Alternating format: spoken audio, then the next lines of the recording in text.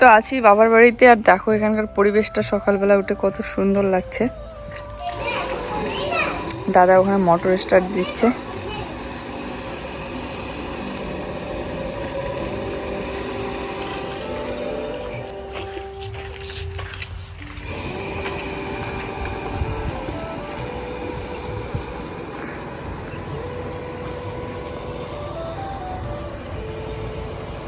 শুভ সকাল বন্ধুরা, কেমন আছো সবাই? আশা করি সবাই ভালো আছো, সুস্থ আছো। আমরা অনেক অনেক ভালো আছি তোমাদের ভালোবাসা ও আশীর্বাদে। তো সকালবেলা ঘুম থেকে উঠে ব্রাশ করে মুখ ধুয়ে ওদিকে বিছানাটা একটু গুছিয়ে চা বানিয়েছে মা, তো চা খেয়ে নিলাম।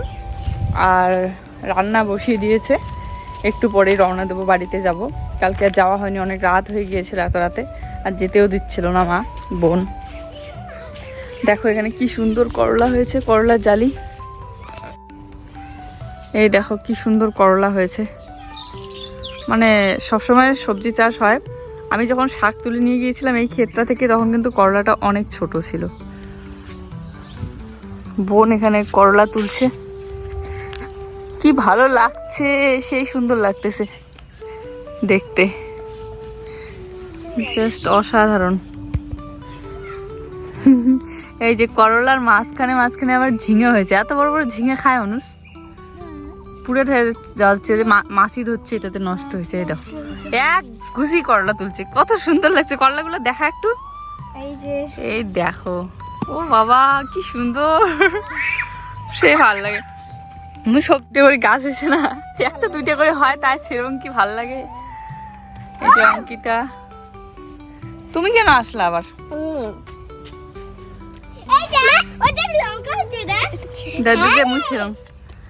আর কি ছিল?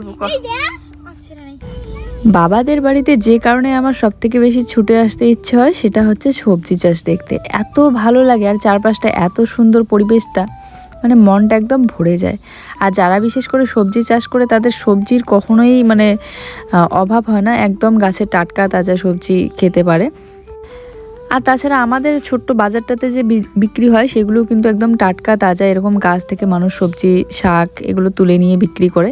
আর এদিকের প্রায় অনেকেরই খেতে লাল শাক, ডাঁটা শাক, সব ধরনের শাক চাষ হয়েছে।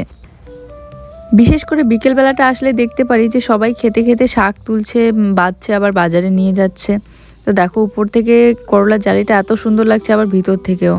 আর জুই তো করলার ক্ষেতের মাঝখানে গিয়ে ভীষণ আনন্দ পেয়েছে। এরকম শাক সবজির জালি থাকলে মনটা একদম শান্তি হয়ে যায়।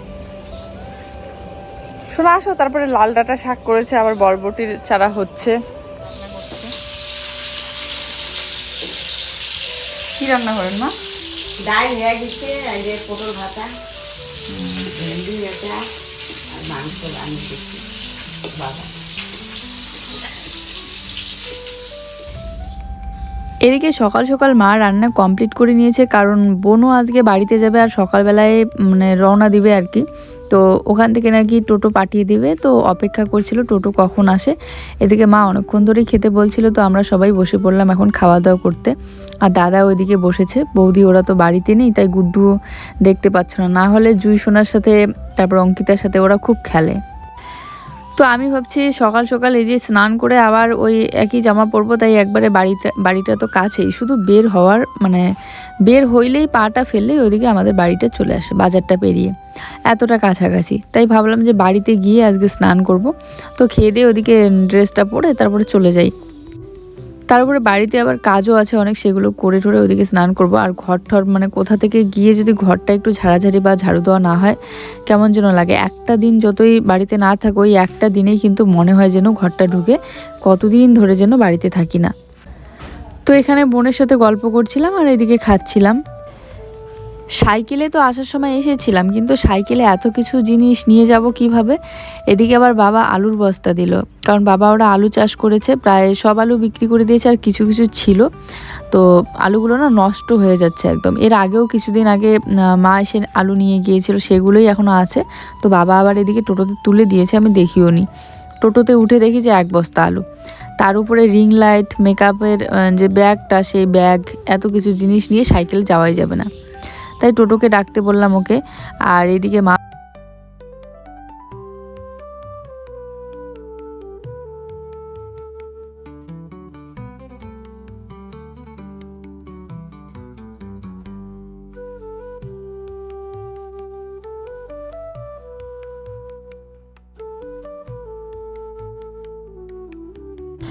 জুই সোনা তো টোটোতে উঠে ভীষণ আনন্দ, ও এক সাইডে বসেছে আর আমি এক সাইডে, এইদিকে বসার জায়গা ছিল ও ওইদিকেই বসবে।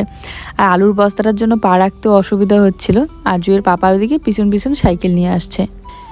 আর বাবাদের বাড়ির একদম সামনে, মানে বাড়ি থেকে পেরিয়ে এই যে এতটুকু রাস্তা আসলাম, এখানে কিন্তু একটা জলের মানে সরকারি যে জলগুলো হয় টাইম কল, সেই টাইম কলের জল আসে, খুব ভালো জলটা।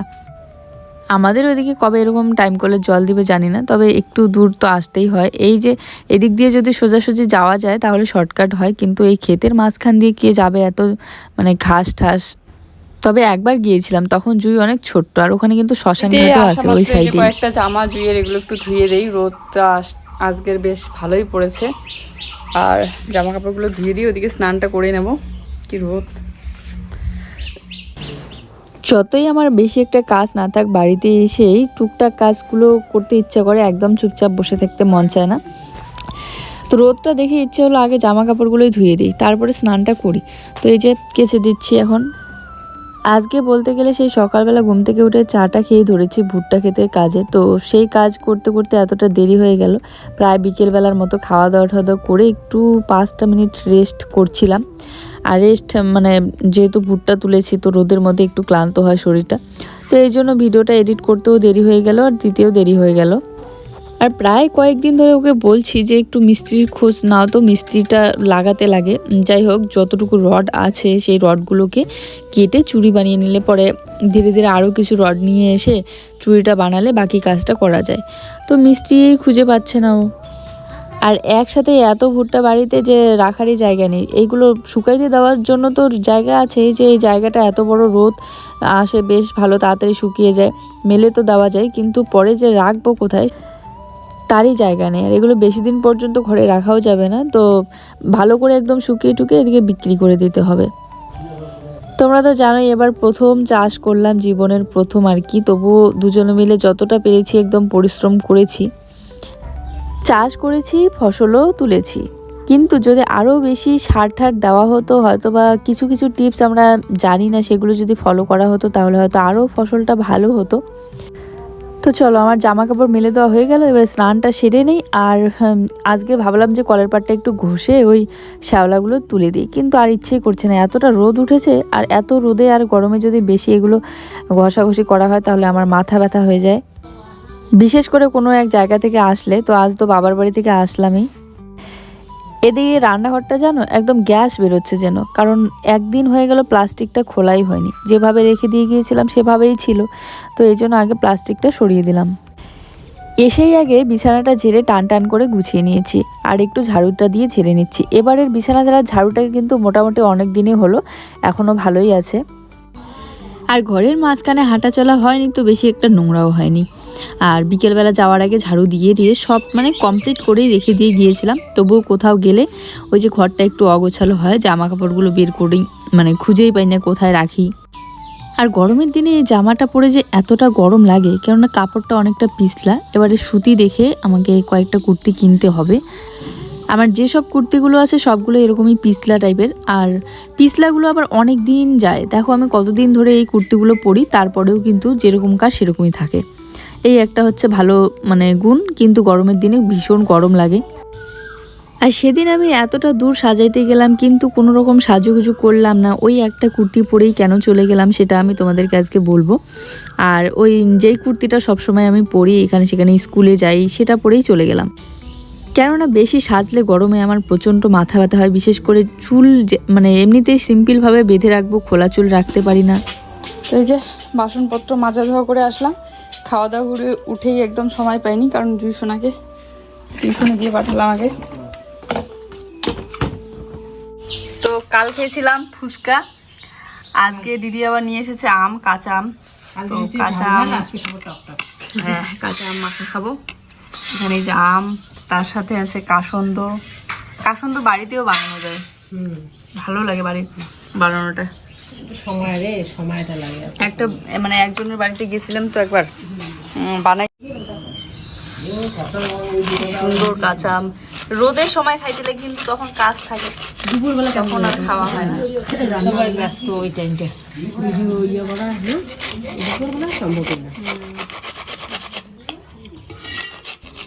আর হ্যাঁ, ওই যেটা বললাম, কারণ বেশি সাজলে না আমার নিজেরই কেমন যেন অস্বস্তিকর লাগে। তো তখন আমি মানুষকে সাজাইতে গিয়ে আমার একটু অসুবিধা লাগে, বিশেষ করে দূরের জার্নি হলে এত গরমের মধ্যে আর রোদের মধ্যে মাথা ব্যথা হয়। আর আমি সবসময় চাই যে কাজটা আমি করতে যাচ্ছি সেটা যাতে সব থেকে ভালো হয়, আর সেটা সুন্দর করে মন দিয়ে করে দিয়ে আসতে পারলেই আমার শান্তি। এদিকে দেখো আমার বেগুন গাছের বেগুনগুলোতে কেমন করে পোকা ধরেছে একদম ভিতর পর্যন্ত। হয়ে গেল নাকি? ও মনে হয় ফুচকা খেয়ে ক্লান্ত হয়ে গেছে। হ্যাঁ মানে তো লঙ্কা, ওই লঙ্কাটা আবার ভালো লাগে। হয়েছে না হয়েছে দেখতে হবে। কাসুন্দটা কিন্তু কালকে যখন দিদি বলল যে তোমাদের বাড়িতে ফুচকা খাই, আর ফুচকা খাচ্ছিলাম সবাই মিলে, তখনই আবার আম মাখাও খেতে ইচ্ছে করছিল, কিন্তু সন্ধ্যা হয়ে যাচ্ছিল। তো ফুচকা খাওয়ার পর আবার আম মাখা টক এতটা খাওয়া যদি কোনো ক্ষতি হয়, এই জন্য খেলাম না। তারপরে সবাই মিলে ঠিক করলাম যে তারপর দিন খাবো আম মাখা। তো এই যে আজ বিকেলবেলা দিদিদের বাড়িতে আম ছিল, নিয়ে এসেছে, তো সবাই মিলে বসে আম মাখা খাচ্ছি। বাবাদের বাড়ি থেকে এসেছি 12টার দিকে, আর আসার পর এই যে যতটুকু কাজ ছিল করলাম। তারপরে তো আম মাখা খেয়ে ঠেয়ে ভাত খাওয়ার পর মানে বেশি একটা সময় পেলাম না বেশি ভিডিও করার। যাই হোক, যতটুকুই করেছি তোমাদের সাথে শেয়ার করে দিলাম। আর আম মাখা করতে করতে এদিকে ভাবলাম বসেই যেহেতু আছি, এখানে ভুট্টাগুলো হাতের কাছে আছে, ভুট্টাগুলো একটু খোলাচ্ছি আর কি। আর ভুট্টা খোলাতে ভীষণ ভালো লাগে। তবে জানো, রোদে যদি ভালো করে শুকানো না হয়, কাঁচা ভুট্টাগুলো খোলাতে গিয়ে হাতে আঙ্গুলে ব্যথা হয়ে যায়। গতবার আমি অনেক ভুট্টা খুলিয়েছি, আর শুধু আমি না, আমরা দুজনে মিলে অনেক খুলিয়েছি। এবার তো আরও প্রচুর আছে, আমাদের যতগুলো ভুট্টা আছে সব খোলাইতে হবে। আর একটা কথা, গতকাল যে আমি মেয়েটিকে সাজালাম, মানে ভাগ্নিকে যে সাজালাম, তো ওর হেয়ার স্টাইলটা এরকম কেন এখন বলি। কারণ ওর সামনের যে চুলগুলো আছে না, সব ছোট, একদম বেবি কাট করা। ওই চুলগুলো ওরকম করে ছাড়া অন্য স্টাইল করলে ভালোই লাগছিল না। তো এই জন্য ওইভাবে উপরে দিয়ে আমি ক্লিপটা যে দিয়েছি, ফিনিশিংটাও ঠিকমতো আসছিল না, এতটা ছোট ছোট চুলগুলো। আর হ্যাঁ, এটা সত্যি কথা যে আমার হেয়ার স্টাইলটা আরও ভালো করে শিখতে হবে। আমি চেষ্টা করব প্রত্যেক দিন একটা দুটো করে হেয়ার স্টাইল শেখার, যদি হেয়ার পাই তবে। আর এই কাজগুলো না যত বেশি প্র্যাকটিস করা হয়, আলাদা করে সেরকম করে হেয়ার স্টাইলের ক্লাস করা হয়নি। মেকআপের ক্লাস করার সময় ওই যে কয়দিন গিয়েছিলাম 6-7 দিনের মতো, সেই কয়দিনে 2টার মতো হেয়ার স্টাইল দেখিয়েছিল দিদি, তো সেখান থেকেই যতটুকু শিখেছি। আর বাকিটা হচ্ছে মোবাইল দেখি, আমি মোবাইলে দেখে ট্রাই করি আর কি। ভাস করো কি ভাস করে দিচ্ছে দেখো। এইগুলো এইবার ঠিক আছে। আগে নাই না, ওদের ভিডিও করতে করতে তো আমরা শেষ করে দাও। না যে তো ঝাল হচ্ছে তো, ঝাল লাগে। কতটা দেবো? ঝাল লাগে। কোটিয়া তো টক হচ্ছে। হ্যাঁ সেই তো এমনি বেশি হচ্ছে। হচ্ছে আরে টক হচ্ছে সেই। ওগুলো টক তো লাগবে না। লবণ দাও, লবণ কম হচ্ছে। হ্যাঁ লবণ হয়েছে বলে ইয়ে করে। না লবণ কম হচ্ছে, ওই জন্য টকটা লাগে। ওটা দাদা। তো আমাদের রান্না হচ্ছে, আজকে ভাত বানিয়ে নিয়েছি, আর এখানে সয়াবিন, আলু, তারপরে মিষ্টি কুমড়াও দিয়েছি, সব একসাথে ঝোল আর কি। আর এদিকে চারিদিকটা নোংরা হয়েছে, দেখো পেঁয়াজের খোসা, রসুনের খোসা, মিষ্টি কুমড়ার খোসা, এগুলো সব পরিষ্কার হবে। আগে রান্নাটা করে নিই। ভাতটা কোথায় রাখছি দেখছো? এই দেখো কোথায় ভাতের হাঁড়ি রেখে দিয়েছি, মাচা। আজ রাতের আবহাওয়াটা বেশ ভালো লাগছে। মেয়ে একটু পড়াশোনা করলো, করার পর ওর পাপার কাছ থেকে একটু মোবাইল নিয়ে কার্টুন দেখছিল, আর আমি এদিকে এই যে রান্নাটা কমপ্লিট করে নিলাম। চলো আজকের ভিডিওটা আমাদের এই পর্যন্তই। সবাই ভালো থেকো। এখন বাবাকে ভাতটা বেড়ে দিয়ে তারপর আমরাও খেতে বসে পড়বো। আর সবার জন্য রইলো অনেক অনেক ভালোবাসা। ওদিকে টিভিতে ফিল্ম চলছে, প্রত্যেক দিন রাতে করে টিভি অন করাই হয় না, তো আজকে ইচ্ছে করলো। Tata, good night.